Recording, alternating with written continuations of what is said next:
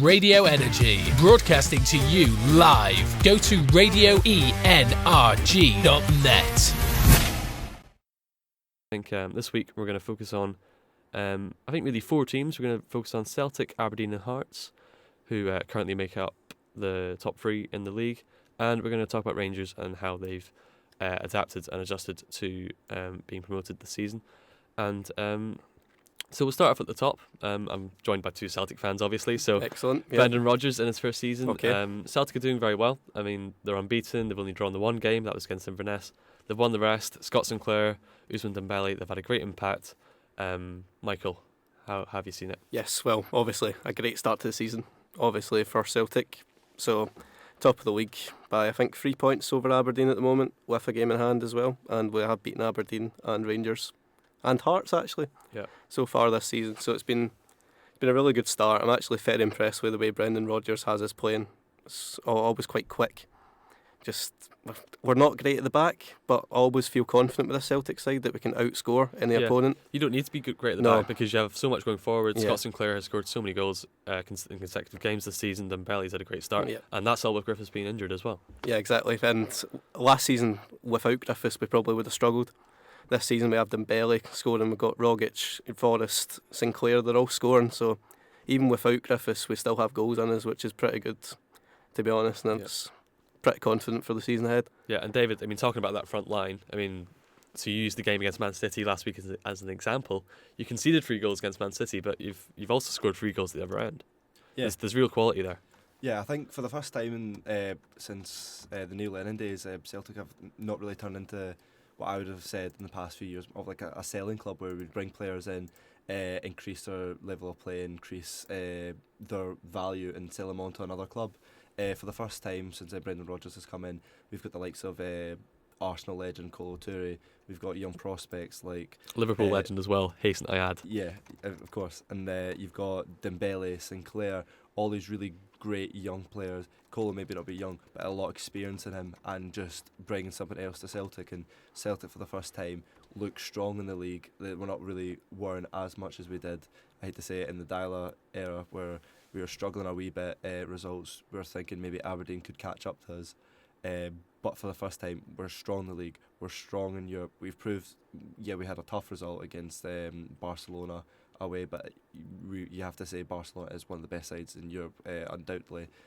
But Manchester City is up there as well, and we proved that we are a strong side. We can break these teams down, and I'd think not just teams in the league, teams in Europe should look at Celtic if it's maybe this season or the next, and if Celtic go on to qualify for the Champions League next year, and Brendan Rodgers is still at Celtic because it is a 1-year contract, but if he does sign another contract, Celtic could be a really menacing team next season and so this season. Just as quickly, first couple of months after the league started, rating out of 10, how much would you give Brendan Rodgers for a start? 10. Can't go wrong in all the cups and still in the Champions League. So. David?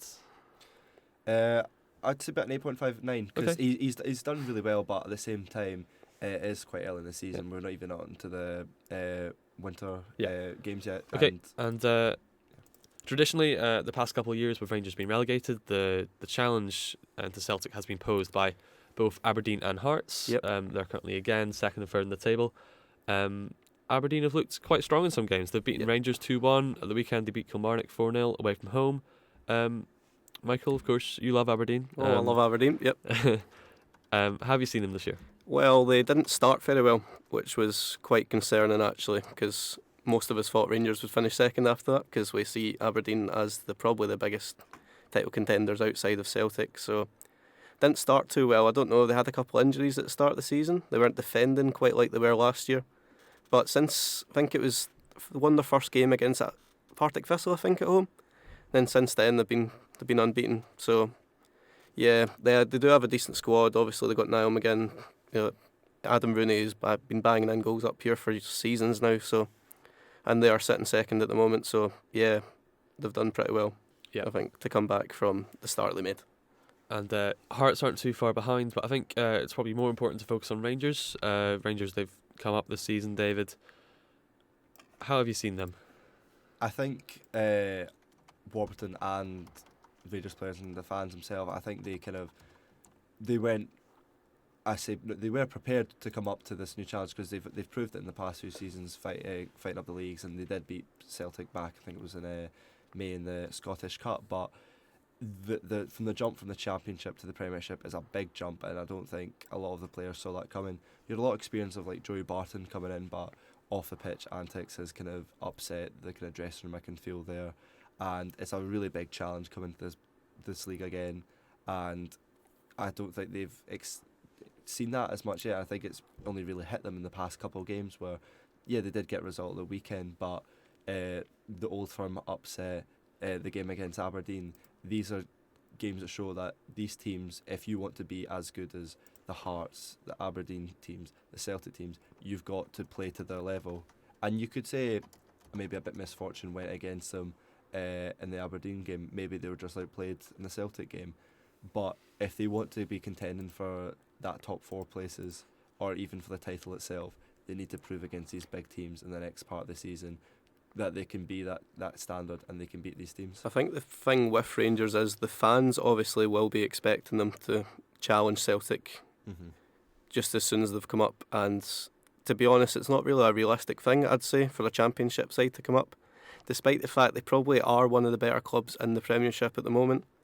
It's quite hard from going from the Championship to mount a serious title challenge in the SPFL Premiership. So, I think that's the way I'm seeing it. It's easy to say that. I think Rangers will do well this season. I think Celtic fans and other clubs are joking about how they'll finish quite low, or some are even saying they'll get relegated. I don't think that'll be the case, but I think they might need to bring in maybe a few extra players, or they'll need to up their game. They'll need to do something if they want to get that top half of the table. And of course, Rangers will have a semi-final against Celtic to look forward to in the League Cup.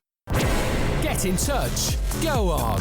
Tweet at Radio ENRG. Email radioenrg@gmail.com.